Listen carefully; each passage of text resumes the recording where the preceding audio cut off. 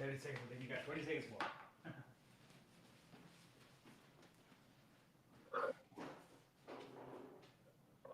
Come on, come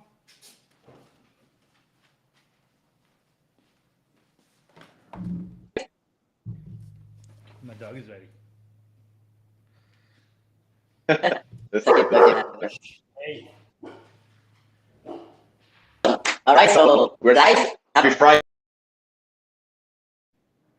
And welcome to the Akash Monthly Update.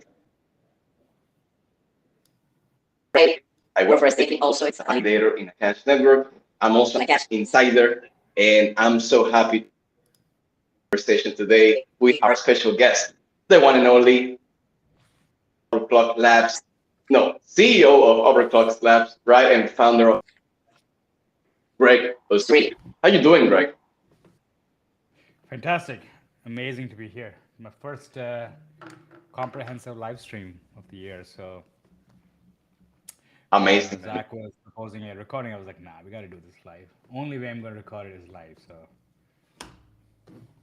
I'm honored, man, and I'm happy to have this conversation with you. I have a bunch of stuff, so I'm hope you're ready, right? always ready.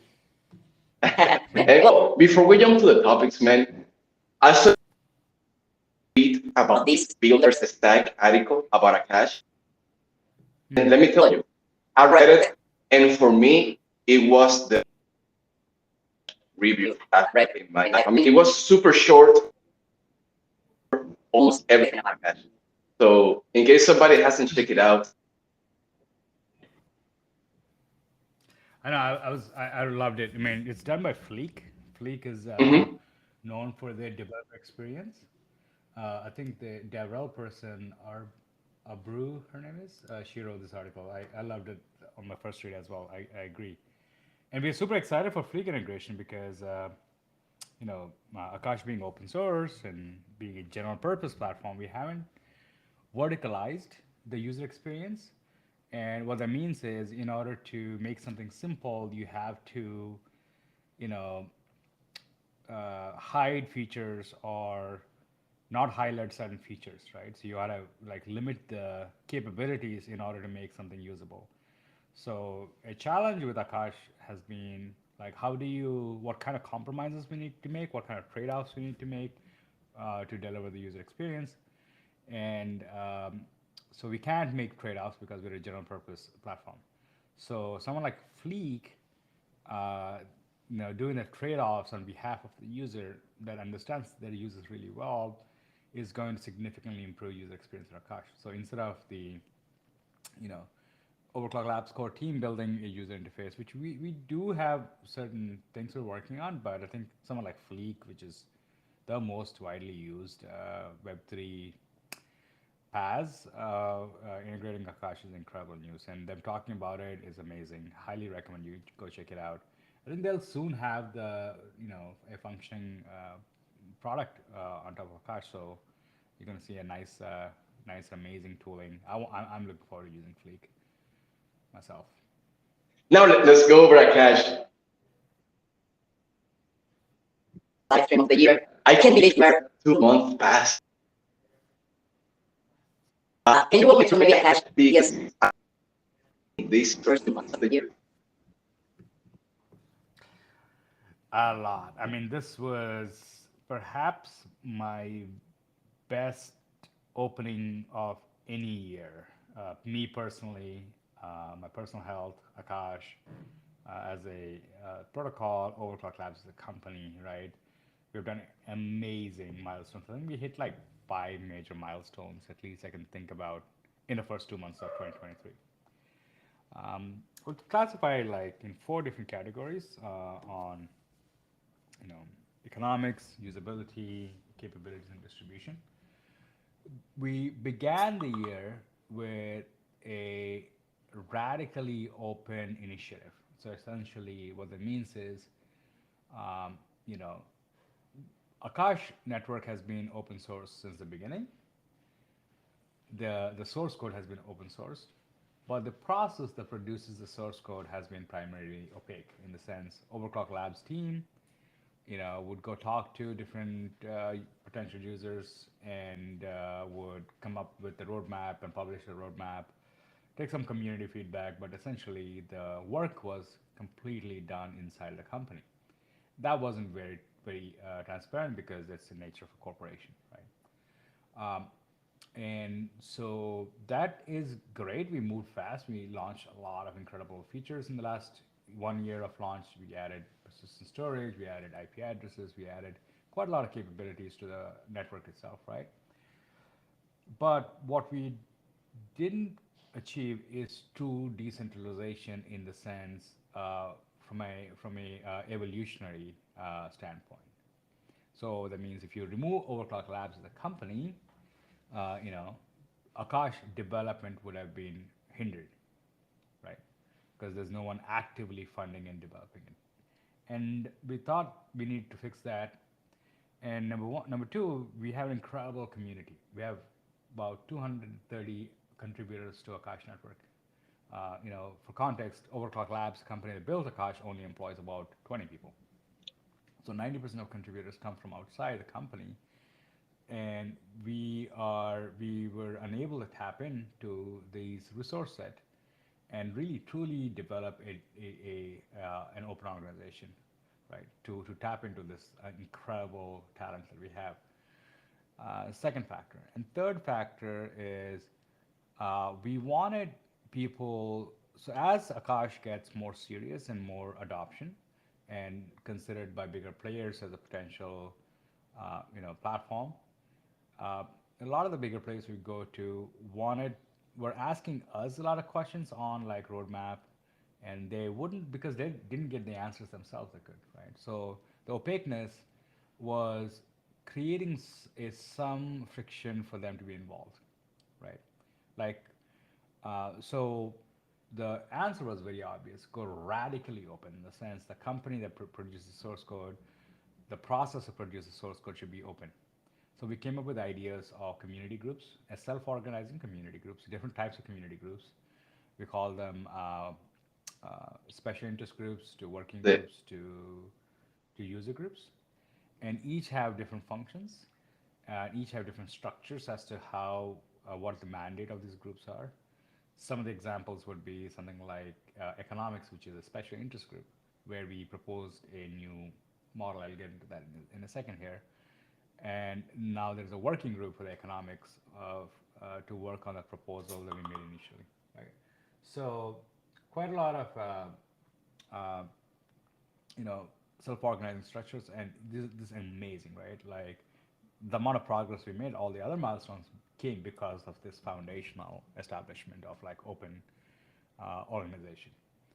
So that led to you know several SIG meetings and whatnot. And every time we have the SIG meetings, we're very accountable because now we own up to a public commitment, right? So when we say we're going to give a proposal on a SIG meeting, we're going to give a proposal on a SIG meeting now because we committed to it publicly. So a thing we notice internally is all our team members have a new level of accountability now, not to me as a boss, not to their bosses, but to the public. Now, public is the boss because we all work for public, right? as it should be, For their right? activity, as it should be, right? And a lot of and a pattern we noticed was a lot of our employees, Overclock employees, are now leaders, community leaders. So even engineers that used to be in a dark corner and writing code are now all of a sudden finding themselves to be in these SIGs leading the conversation and committing to public dates and public statements. So now they're on the hook to deliver, right? So it's incredible the kind of the change in culture we noticed by going radically open gave us a lot more accountability. And now there's no question about like when GPUs are coming. Like if you want to know when GPUs are coming, go to the SIG meeting, and you can talk directly to the developer, and if you're a developer that can help, you can push the code as well. So that changed the mode of like this. Before, because Overclock was doing all the heavy lift, there was this entitlement from the community as well, like when, what, you should give a roadmap. And now there is more acceptance that Akash is an open system, an open project, and it's not entitlement but responsibility that lies on all of us. And the questions are there. The answers to the questions are all public. All the meeting recordings, every meeting is recorded and posted on Arweave, amazing tool for permanency. So we can't delete the video even if you want to, right? So all that is in public record. It's all on immutable, data stores, and uh, and we started getting amazing contributions like David Shea. David Shea, started helping us with economics. For those of you that don't know David, he is the Stanford professor who helped Ethereum move from proof of work to proof of stake. He is considered in the circles as a security expert, consensus expert. He works with Vitalik and whatnot, and a person of his nature and stature, helping Akash design economics is just one tip of the iceberg as to what kind of commitments we see.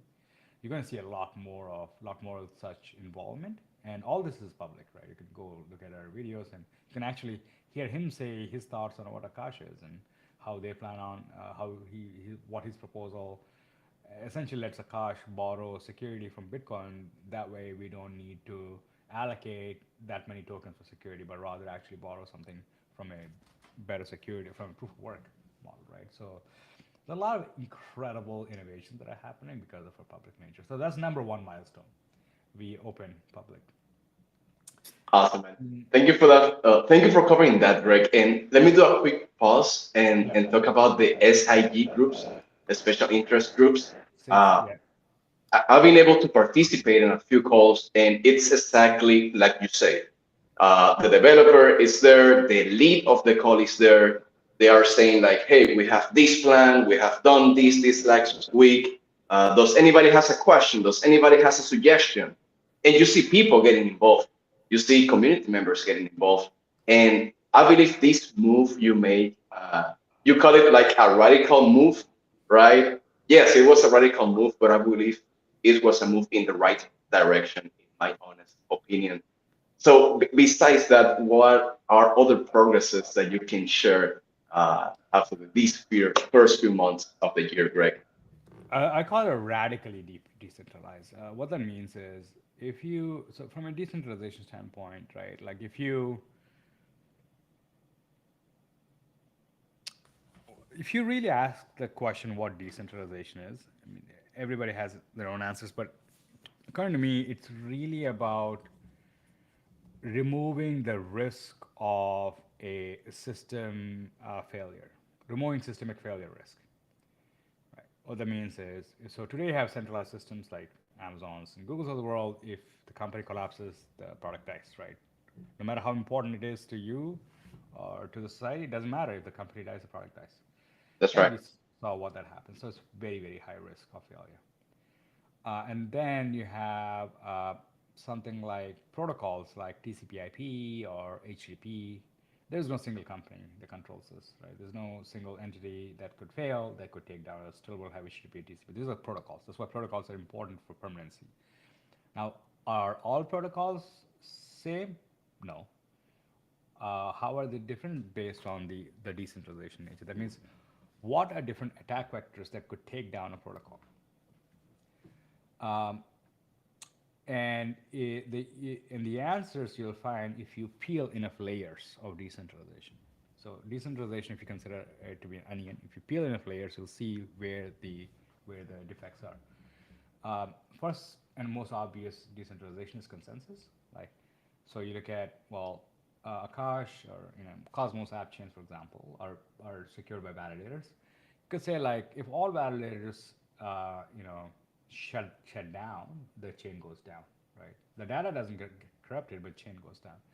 So arguably, you could say like, well, if all the validators take down, there will be new validators that will come up, and delegators will figure out how to redelegate their tokens because if they care about the chain, they will. So we don't have issues there. Second is then we have governance, right? So we look at, well, can the change now? I don't know. I have X amount of funds, $100 million secured. If like TVL, for example, right? I have a DeFi project, I have $100 million, and the chain is securing about if the the staked value of the chain is like less than $100 million, it's under risk, right? Because now you can say like Correct. someone can buy, all right, say the chain value is $90 million. Someone could buy $90 million worth of tokens, or like not actually like major 66% of $90 million, and make a governance proposal and make a vote to steal the $100 million, right? So that's second type, the governance attack vector. Well, you can say arguably that people are not going to sell, yada yada yada. So then you remove them. Third is like the company that builds this chain, right? So yeah, it could be open source, but it could be run a bunch of validators. What if the company has a lot of influence on the chain itself? Can they do something bad, right? Uh, Arguably, so we see that quite a lot. We saw that with Terra, right? We saw that with the company had a lot of influence on the validators, even though the validators are decentralized. So there's that risk. If the company shuts down, the chain might go down, right? So, and fourth is like who actually evolves. Okay, chain is static right now. We don't. Not every chain has a level of adoption that the chain should get, right? Even the DeFi stuff doesn't have anywhere near the adoption that traditional finance has. So there needs to be constant updates that need to happen to the chain, right? All the way from security updates to just functionality updates for the chain to reach adoption. So if that stops, the chain will eventually die because there's no updates, right? So that's another big attack vector. So if you peel enough layers, you'll notice it comes down to the labs or the company that's building the chain, because once that stops, the chain will die. So we wanted to de-risk there, because if you can de-risk a chain making updates, we we won, right? So that involves, yeah, to begin the beginning of that would be a radically transparent and radically open model where everybody's involved in building the chain and setting the roadmap. So these community groups are our first attempt to do. And second is how are these being supported, these groups being supported in terms of finances? Like what is an incentive for someone to quit their job and work full time on Akash? Because they need to pay bills, right? So that's when the Akash 2.0 economics come into play. The proposal we made, again, this is all public, a proposal we made was to evolve the chain to a point where we can, number one, support the communities building the Akash network, uh, you know, and number two, support a much better user experience in terms of payments by introducing stable payments. Number three, strengthen the AKT's value proposition, basically value accrual. How does AKT value accrue? Because AKT being a consensus token is critical for providing the security for Akash network. Without AKT, there is no Akash network, right? You cannot run consensus, and you cannot govern Akash network. So AKT is very integral to Akash network, and the value of AKT needs to gradually increase because the security should increase as Akash adoption grows, right? Correct. It's a function of adoption. So, so that means if you're introducing stable payments, we're expecting adoption to increase because that's a feature a lot of folks have been asking. So there should be some way to capture that value back to the AKT holders. So that's when we introduced a notion of tax in form of take fees and make fees. So if you think about compute as liquidity, providing liquidity, that means offering compute for service, which providers pay a fee, and while someone takes the liquidity, that means a tenant taking the compute liquidity out of the market pays a fee as well. And the fees is determined by the token of choice. If they use Akash, obviously, Akash holders wouldn't want to charge people for using Akash, so I would imagine Akash holders will vote down the fees to be very, very little or nothing. Whereas you're using something like USDC, I would anticipate Akash users to want to take money from USDC, from Ethereum, right? So we anticipate the take rate to be much higher for that. Or if you're using something like IST, which is Agoric's interchain security token, maybe there are validators that are validating across Agoric and Akash. Maybe there's a cross pollination between these communities where the holders of IST would want a lower take fee, holders of IST and AKT would want a lower take fee, and they will vote on it, on how much the fee should be. So it's a completely governed fee model, and that fee will essentially use to accrue AKT value and whatnot. And we also introduced a notion of a public goods fund or public goods pool. We're calling it PGP. This is to fund the public goods on Akash. That means improving Akash network, open source tooling around Akash network, They're significantly larger than the community pool.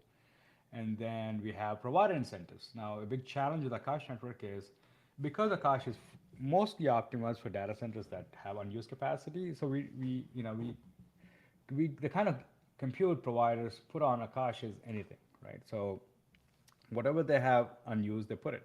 But more often than not, there is a huge mismatch from what the providers provide and what the tenants want, right?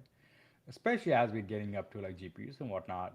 A lot of the tenants would want something like A100s, which is high-end GPUs, where a lot of providers, like especially Ethereum miners, are going to give out like 4090s, right?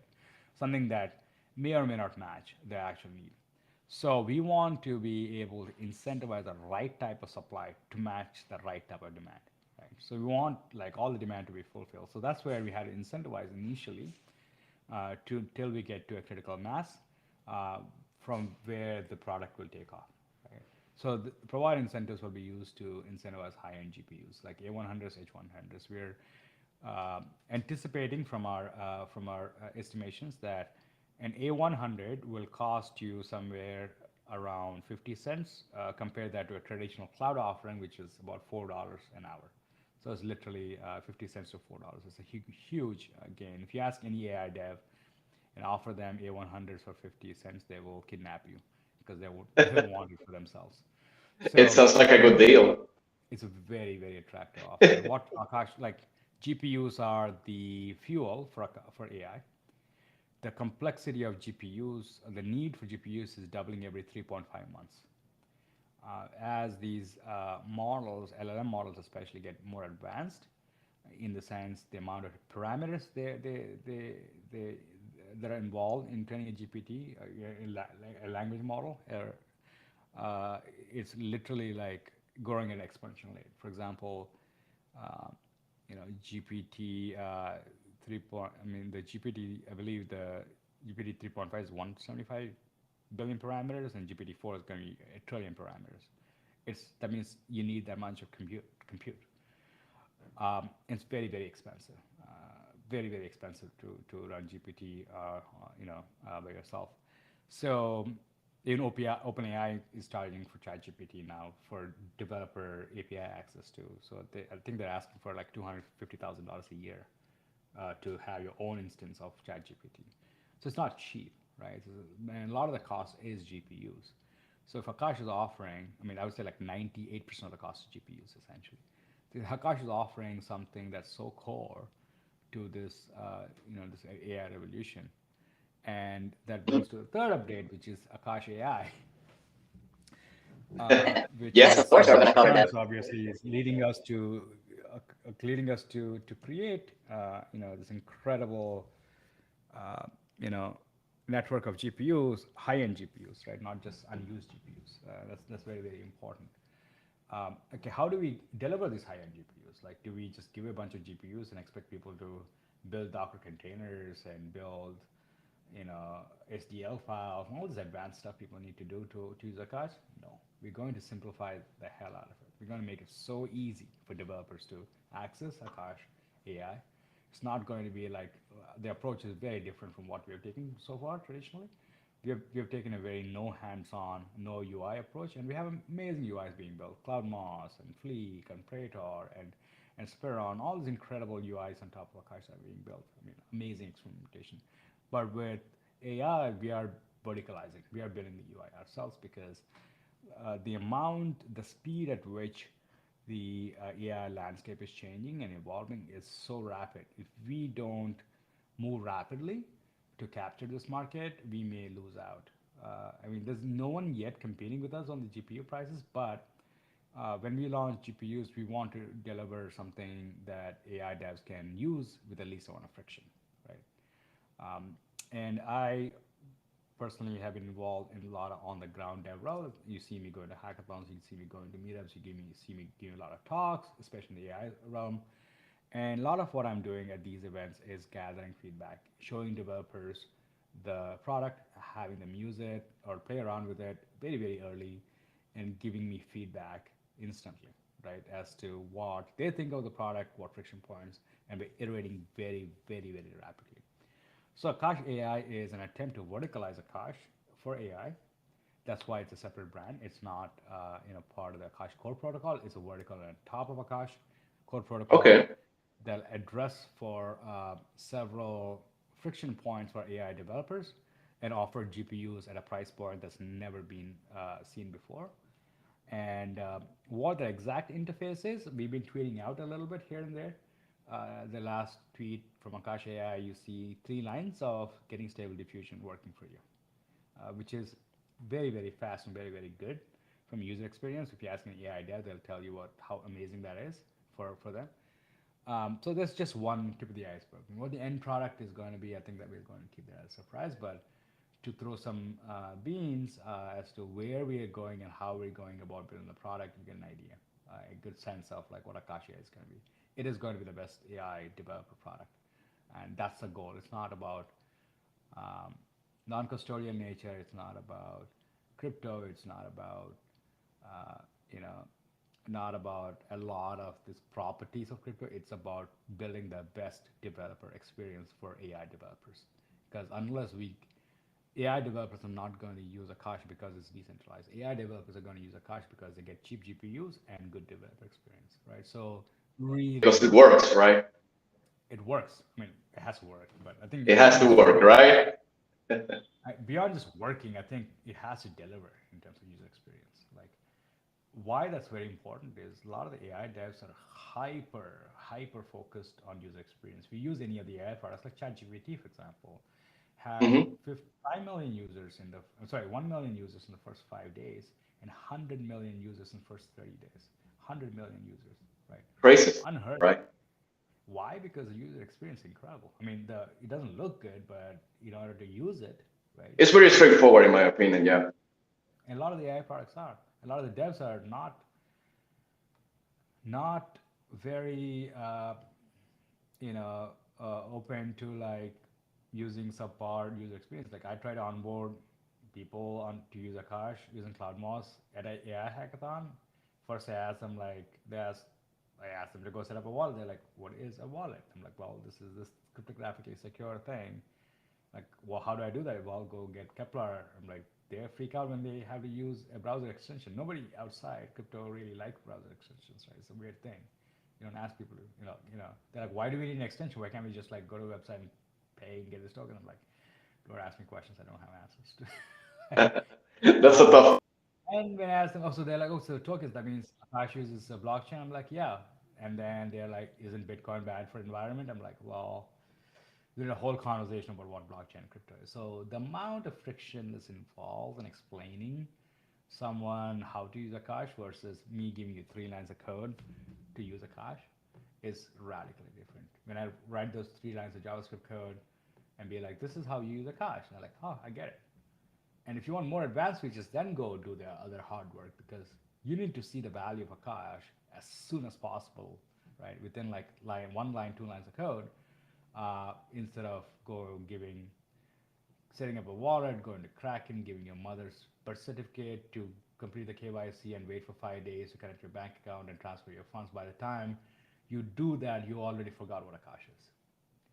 So we are That's shooting a ourselves in the foot. We gotta deliver the user experience AI devs want, and Akash AI is going to deliver that. There's no compromise. We're going to start with user experience first.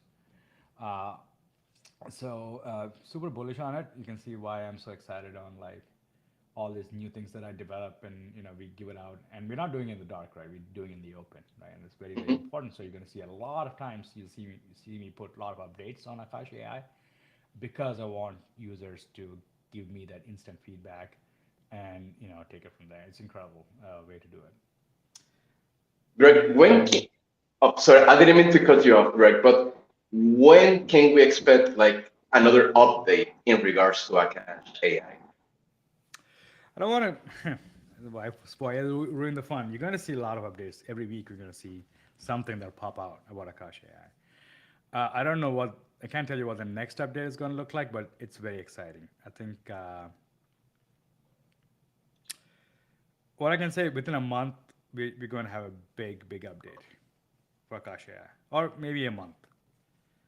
All right, I'm looking forward to that, Greg. And let me do a quick pause here. Something I want to say about Akash is Uh, I love the fact that it's so different in the sense that most of the projects you see out there, the majority are like DeFi and DEXs.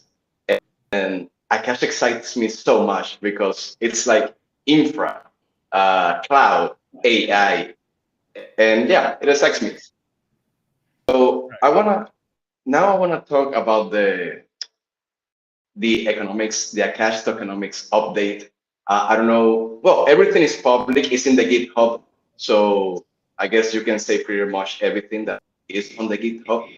But maybe can you share the biggest takeaways of the new AKT update? Yeah, like I said before, I mean, it's the big update is introduction of stable payments, introduction of public goods funding, take and make fees, accrual value accrual for AKT tokens. There is a burning mechanism that is eventually burns a portion of cash tokens that are not distributed to either to the developer funds or to or the public goods fund. I'm sorry, or to the provider incentives or to the you know or to the stakers. Right, stakers will still get a healthy API. Right, so a big update is yeah, there is a new way to value accrued AKT. Stakers obviously get a take income, a dividend from the, uh, you know, from the The staking. revenue. Yeah, from the revenue of the network, a percentage Mhm. share. That's a proposal. And how much percentage is set by the users? It's not set by the token holders, so and it's not protocol determined, right? It's token holder voted through governance, and that's determined by what currency is used to pay. Like if you're using Akash to pay for Akash workloads, I think it should be free. I mean, it's my opinion, but depending on what token holders think it should be. Let me know if my voice is not That was a little loud. clear. Okay, here. Okay, better now. It's louder, super loud. Um, Yeah. it's super loud. Okay. Okay. Okay. All right. Awesome. We're live. All right. Anything can happen. Awesome. So, Yeah. Yeah. about the stable payments, Akash did a Spaces like a few months back. It was this application called Bixello, if I'm not mistaken. They were working on payments for Akash. Is that related to this, or this is some? They were working on a a good question. They were working on a different mode of payment. They were working on a mode that enterprise companies would do, like net 30, right? Pay after you use it because Akash, you got to prepay, right? Uh, Okay. they were not doing anything stable. I mean, of course, they were taking payments in stable currency and then converting to Akash tokens. But the update allows for users to pay with IST or USDC directly on Akash without interacting with Akash tokens, right? Like now, I think you still need AKT to pay for gas fees, but we're looking at various ways to improve user experience. Like, can we use USDC to pay using AKT gas fees or something like that, right? So, and at Mhm. some point, all these like, so go and read the detail update, but all these like, multi-currency, you know, fees will go to a incentive distribution pool from where the non-AKT currencies will get converted into AKT through a market buy. So that means if the fees comes in USDC, portion of that goes to take income to distribute to token holders, whatnot, and that gets converted into AKT. It'll go to osmosis and buy AKT from the USDC, right? The portion that gets distributed. If the portion that doesn't get distributed, will get burnt, right? I'm assuming all this So happens in the background, right? yeah, of course. I mean, all that Do done you by the imagine protocol all the captures windows when you're doing this? No. There's no. It's not user driven. It's protocol driven. So it's going to be like over IBC, right? So all that happens, right? So user just pays using USDC and they forget about it. There's nothing else beyond it, right? All this happens in the background. Uh, so so the more usage there is, there's going to be more buying of AKT off market on osmosis. So I'm excited about that, right? So you can see like, if you're thinking about Chat GPT example where the OpenAI is proposing $250,000 per application per year fees to use Chat GPT, and Wow, I most didn't of them know are that. GPUs, right? That's what the proposal is. So you can imagine the amount of type, the number one, heavy competition there with stability, with a lot of other LLMs. And so all of them, 90% of the cost goes to GPU. So you can imagine the kind of usage we can anticipate for as a low cost GPU vendor, right? So all that is like market buying AKT at some point, right? To use these GPUs. So we're very excited about the stake model. It's going to strengthen the Akash ecosystem significantly. It's exciting time for sure. I've been working.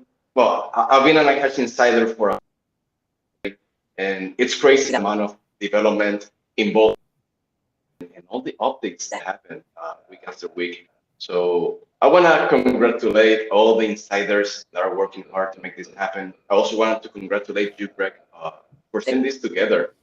This question might be a little off, but I personally want to know, how do you feel about this source movement from overclock stack to Akash? I mean, your little baby that you need to take care of it. Do you think, and how do you feel about that? I mean, so right off the bat, right, it was a big relief, right, when we did open source, because we were like, now the responsibility is no longer on a single company, but on the community, right? So from the Mm-hmm. corporate to the common, I call it. And a big relief because, you know, like I don't own people anything anymore, like in terms of updates, in terms of information distribution, because that's what I was doing before as the CEO of Overclock Labs. My responsibility was to distribute information that happens within Overclock Labs to outside Overclock Labs to Akash holders, right? So that goes away. And second, overwhelming too. Now the relief goes away, but now we have enormous responsibility, a different kind of responsibility in terms of commitments, right? So now when we say what we're going to do, we got to do it. So we got to be very, very, very, I mean, we got to do it in the sense like at that day, at that time, right? So every month we have these meetings, every SIG meets every month, right? So I'm very active in SIG clients and SIG economics, and I have commitments that I made. I have to deliver every meeting because if I don't deliver, that sets a different stage for the community not to deliver. So the risk of non-delivery here means you're going to break up the community because community will be like, hey, these guys are not doing anything, right? So enormous pressure on top of and lifting this responsibility. But the good thing about this pressure is more directed. It's not like I had to do a million things. It's only one or two things that I commit to. I have to, no matter what, do it. So it's more focused. That's much bigger relief. And to be honest with you, like if you're radically open, you have nothing to hide, you're a lot more free because a lot of the anxiety comes, really, at least for me, is how to distribute information. Like be it investors, be it customers, be it employees, be it community members, whatever. A big challenge is how do I communicate, how do I tailor the message in a way that can be acceptable for each group. Now I don't have the burden, right? So that means um, like our investors that are want to invest in Akash have all the tools and only time, as long as they have the time to do due diligence, I can go and look at every meeting that happened, look at every person that is involved. So you have ultimate due diligence tools, right? It's only time, like how much ever time you want to spend. As an investor, I love that, right? I love transparency. I love openness because I want to know what the hell is going on with the project I put money in, right? Uh, so, and I don't want as CEO or team members for an update. I want to be able to go be my own judge. I want to be very sovereign as a sovereign individual, right? So that's incredible, right? So, and also like our website now is fully open source. So if you see any mistakes, you can actually click on the website and click edit on the bottom and send a pull request. which wasn't possible before. I mean, before the website was not open source, right? So, website is the ultimate like information distribution channel, and that is fully managed by the public, right? So I feel very very fortunate to be able to be in a position to see something like this come to fruition because this open organization is only a dream for a lot of companies. You know, a lot of companies want to be here but can't be. Even in crypto, right? Like a lot of times, even every time I hear labs, right? That means that's completely opaque, right? Like, um, and the labs are never very you know transparent. And I'm afraid a lot of the crypto is moving towards this like opaque model. We see that with, you know, we see that with our There are a Polygon few community. examples, right? There are examples like, a popular one would be, again, uh, I have deep respect for the ecosystem. I am not, it's not a discussion about decentralization or not, but I do have a little concerns with Polygon sometimes. Incredible team. I mean, their BD is probably the world-class BD. I've never seen a BD team that effective. Polygon Studios, especially. Uh, and I'm afraid when these studios, the more success they have, more power they accrue, right? That's the nature of the beast. So there is a chance the studio, will go so big that they determine the protocol completely, right? It'll be coming from the studio what the protocol should do. And that's just the nature of the business. The more value a business generates, the more power they have. And so while the protocol Polygon's team is making an amazing effort when it comes to adoption and whatnot, I think there's a heavy risk now uh, that it may lose its decentralization nature because the requirements and the direction will be coming from the studios more often than not. And if that model is going to be exported for the rest of the ecosystem, crypto ecosystem, which most likely it looks like it is, then we're in big trouble because now you'll have centralized entities like these labs and the studios and all these companies that direct, that direct uh, the future of a certain The chain. development. And if the information, yeah, so it's bad. So yeah, so I think this is a dream come true. I mean, if we can do this, and we got to be very very committed to an open model, which we are. And if we pull this off, we want Cosmos to be different. Like Cosmos has always been different. We're not like any other ecosystem. We do things that are original. We are pioneers in a lot of 100%. ways, right? So I love the fact that a Cosmos project, Akash being the first Cosmos, first IBC chain, we are innovating. We innovated with Cosmos, innovated with IBC. We're innovating now with organization structures, coordination structures. So I am extremely excited to be able to export this model. Of course, we're going to learn a lot over the next few months and years. I mean, we're going to this is famous saying in Silicon Valley that says, "Make better mistakes tomorrow," which is very true because we'll make better mistakes tomorrow with organizations now. Going radically open, are we shooting ourselves in the foot? Maybe, because We're we going to had find to out. we had to be completely public about it. But are we doing the right thing? Absolutely, right? Is it going to be harder? Absolutely. And the other saying that says, well, if you want to go fast, go alone. If you want to go far, go together. So we are definitely shooting to go far here, not fast, right? So yeah, yeah. 100%. Well, Greg, thank you so much for that answer. I love it, and I also feel excited about Akash future. Can you share maybe what's like the next in pipeline for you? Well, not for you, for Akash, right? What's in the pipeline? Yeah, for the next, what are some major milestones you wanna achieve? I mean, the major milestone I think the next 45 days is going to be Akash AI, right? Like Akash AI and along with GPUs. AI You say coming 45 days. in the next 45 days, just coming to a time. Sure. All right, all We'll right. be That's a time we're going to commitment see a right major there. Akash AI announcement in the next 45 days. And we have economics coming up. I would assume the next 90 days, we're looking at economics. GPUs are coming very, very quick. I mean, I don't know if you had a chance to review the SIG steering committee yesterday. There was an update on The GPUs. steering committee yesterday? Yeah, I was there. Yeah, I mean, I think the update on GPUs is it's going to have tested very, very soon, like within weeks now. The code is all public, I suppose. Check it out. And I'm also going to post um, a link in the chat, link to the projects list. I posted on the YouTube chat. That's the those are different projects that we have going on, so you can clearly see what's happening with what project. And of course, projects like GPU support and whatnot are, you can see the spec, you can see a lot of details as to how this is being done. So these are different projects that we have going on. I mean, you could consider this the roadmap, right? These are, I think, also prioritized really well in terms of what's coming when.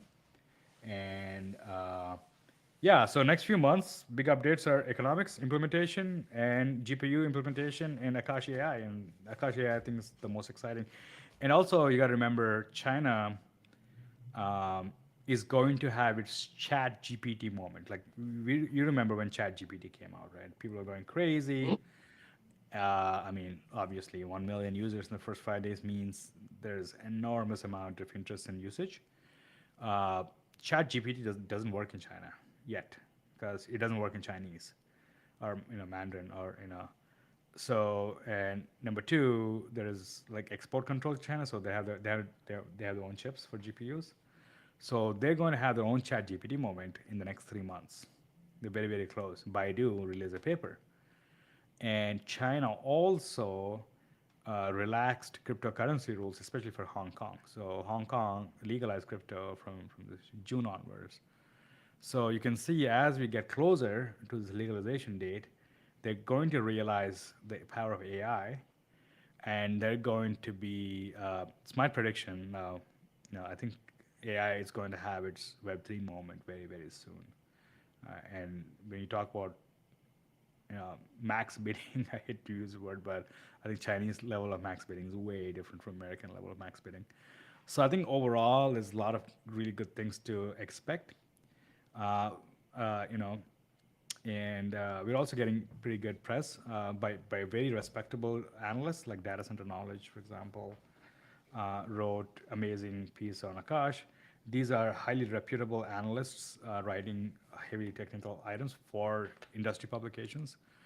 So you can expect a lot of coverage with AI. And fortunately, we're able to, you know, capture a lot of the narrative now.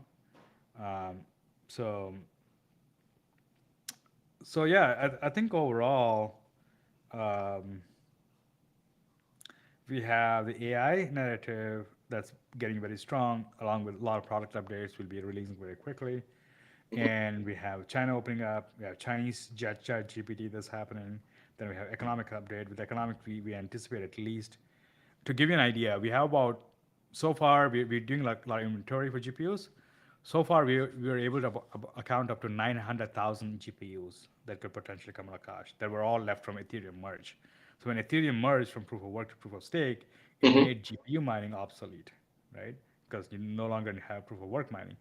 That's right. So there are about, in our inventory alone, about 900,000 GPUs that are waiting to come online. Of course, we're not going to bring them online. At the same time, we're going to be at least, I would anticipate a more phased rollout for providers.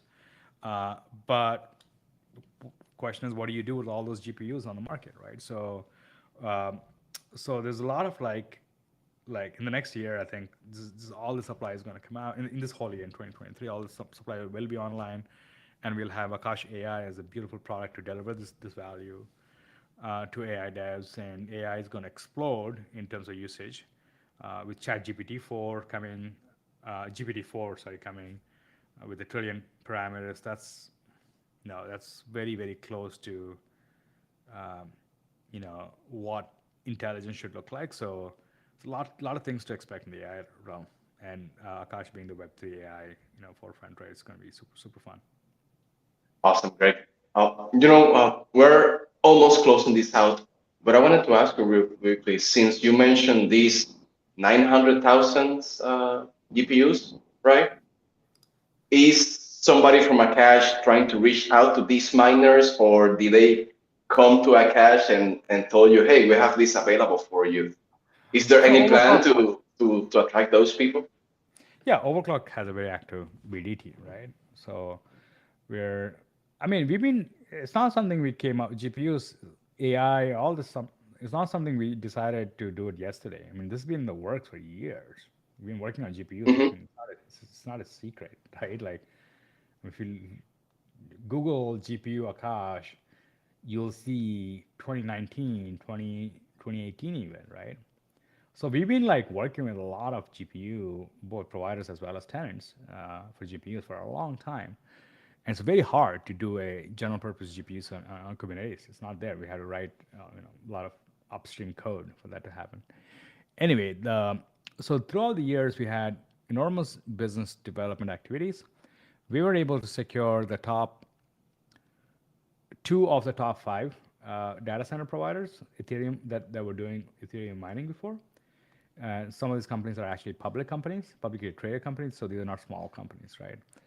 So these are professional data center operations that are there. So that is our first sense of supply. And second is we have quite a lot of operating systems. Don't want to be specific about which ones, but a lot of miners, proof of work miners, use operating systems to mine, right? And by embedding directly into the operating systems gives us an incredible distribution channel because every time someone uses the operating system, they have Akash enabled. It's like using a ledger, right? You have Akash enabled automatically. So Akash giving them an alternative revenue stream that is essentially an offshoot from what they used to with Ethereum mining is a great way for them to recoup the costs, right? So the level of distribution we're talking about with the operating systems is incredible. It's like, yeah, maybe even millions of GPUs, right? Huge. So far, we were able to account for 900,000. So there are a lot more than what we could account for. Awesome. So I mean, um, now the challenge will be like really because you have it's like going to like a massive supermarket and not knowing how to navigate the market, right? Like that's where we go. That's the problem we're going to be facing. So that's why I'm very, very, uh, uh, you know, uh, very focused on ensuring we can build a developer experience that developers can use to consume this a million GPUs. Like, just not throwing a bunch of GPUs at people like, do what you want with it. Let's figure out how to really deliver. How do you give this GPUs in a way? It's like having an atom bomb, but also we need to deliver the delivery mechanism for the atom bomb. Like, is it going to be like over an airplane? It's going to be Enola Gray. It's going to be over a ballistic missile. It's going to be in a submarine, right? It doesn't matter if you just did an atomic test. You still need a delivery mechanism to deliver that. You can't just give a bunch of uranium and expect that to work, right? Like, so what we have is uranium. Now we need to build, or what we have is like probably a uranium. Now we need to build a bomb around it and a delivery mechanism. Terrible analogy, but I think you get the point. Of Um, course, of course. um, Hell of an analogy. Now, you mentioned like navigating the crypto market, and I remember yesterday I tweeted about hosting this, which I feel super honored. Sadly, we're reaching to the end, but you mentioned transparency earlier in our chat. It's something you look forward in a project. What are other fundamentals that you trying to find in a project before you invest your time and energy in it? I'm biased. I want technical co-founders or founders. I think engineers, you know,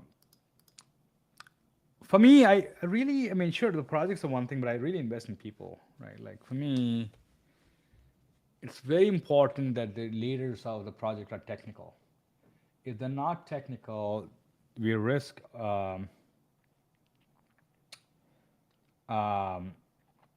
we risk founders losing hope The and belief hype. in the project, right? Because if you're technical, you can just code your way out of misery, right? If you're an engineer, you can code. So I almost never touch any project that's not technical leadership. I just can't. I don't trust business people because even though they may have good intention, they don't have the skills, right? Something like crypto or AI is very technical. Yeah, AI can be a lot more tolerant on domain, but I think you know the folks at the top should be hyper experts in this field, right? Uh, and I normally try to like pick when I invest. I normally try to pick people that are top five in a certain field. In the sense like, if you are a marketer, I'll invest non-technical people, but if you're a marketer, you should be the top five marketers I know.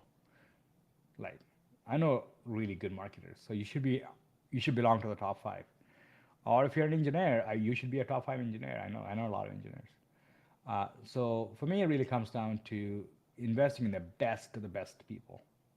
And second is uh, talent alone doesn't mean you're going to succeed. You need to have the hustle, right? In the sense you need to work, put those talents to use, right? So, uh, and I see that it's easy if you're an engineer because I can look at your GitHub and be like, okay, you're actually working. Uh, if it's a little hard if you are a non-creative. If you're a marketer, I can see you write blog posts, I can see you tweet, I can see you working. For a BD guy, it's a little hard to gauge because a lot of BD activity is like closed and opaque, right? So that's why I tend not to invest in non-technical and non-creator type of people. I like creators, be it, you know, you can be a YouTube star, you can be whatever, but I need to see work, I need to see progress because I need to see your talent, I need to see your hustle for the talent. So 100%. um, those two are important to me. And then the second thing, which is product and the market and all the other fundamentals come into play. But if the founders are not straight shooters, it's very hard for me to get involved in a project. That makes sense to me, Greg. Thank you so much for sharing.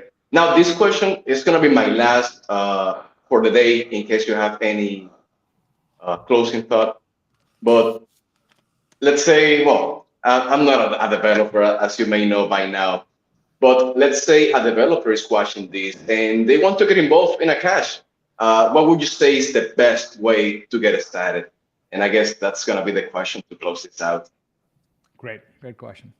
Go to github.com/akash-network/community. Uh, the community page will give you an idea how to get involved with the project, be it a developer or non-developer. And but developers, there are like literally, I just pasted a link called project list. Pick a project you want to work on. Right? There are so many amazing projects you can contribute to. Pick a project. The easiest would be console, which we have a web console for, and the harder one would be the node, actual Akash node itself. Right. So pick a project, and most of these projects have issues that are open. And if you click on them, you'll see something called good first issues, and you can find an issue to go fix. Start fixing issues if you want to get involved. And for things that are going to take longer, we have bounties. So bounties, that means you get paid to fix issues. So you should, there's so many ways to get involved. I mean, if you fix a bunch of issues, you'll get recognized in the community. And if you get recognized, the chance of you getting a bounty and getting funded is much higher. Hmm. So I highly recommend people to do work instead of expecting to get paid or like having expectations. And I want you to get involved because you love the project, not because you want to get paid. Money follows no matter what. If you have honest intent, right? Uh, or if you want a job, like okay, you need to pay bills and you need money. That's understandable. And just come to me if you're talented. I'll find a way for you to get paid and pay your bills, right? But I think getting involved in for a project should not be about money because that never is usually the case. Then it becomes a mundane job for you. Getting involved in a project should be about because you love the project and you have value alignment with the project and you feel like your contributions can actually help the project move, right? So if you feel like that, come to our community repo and there's so many things to do. And Awesome. follow, hit me up on Twitter, Greg Osuri, at Greg Osuri. I'm always online, always ready That's to the help you user. what you need to do. Yeah. Awesome, Greg. Well, that's all I mean. Like I said, we covered pretty much everything in this hour. Very productive, if you ask me. I just hope this is valuable for the people listening in. Before I close this out, Greg, any final thought you want to share before we go? Oh, stay excited. Get involved in Akash AI. If you're an AI dev or a AI enthusiast, I'm looking for an intern. If you're interested, let me know. Uh, yeah, along with that, but community is open for you to get involved. Awesome, awesome. Well, please go with me. Thank you all for listening. For this monthly update on Akash Network. To connect with Akash.network, you're gonna find all the information you need. If you want to see the development of Akash, go to the GitHub. If you're with the community, join Discord and follow Akash on Twitter as well. My name is Del. For watching. Thank you, Greg, and I hope you have a wonderful weekend. Thank you, Delrick. Appreciate it. You got it.